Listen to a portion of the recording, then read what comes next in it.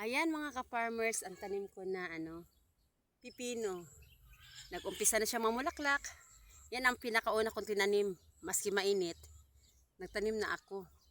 Pero napansin ko kasi na dahil sa sobrang init nababansot sila. Kaya huminto ako sa pagtanim. Kasi hindi ko rin kaya magdilig araw-araw gawa ng ang tubig sa amin napakalalim ng balon. Ngayon, naumulan. Tama-tama, namulaklak na sila. Tapos umulan, di ba? Napakaganda. Ang saya-saya. Dahil umulan kahapon, napakalasang ulan dito sa amin kahapon.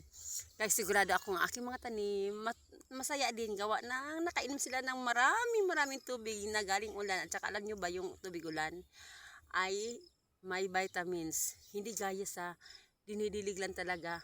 Mas maganda talaga ang tubig ulan sa mga halaman. Okay, happy farming!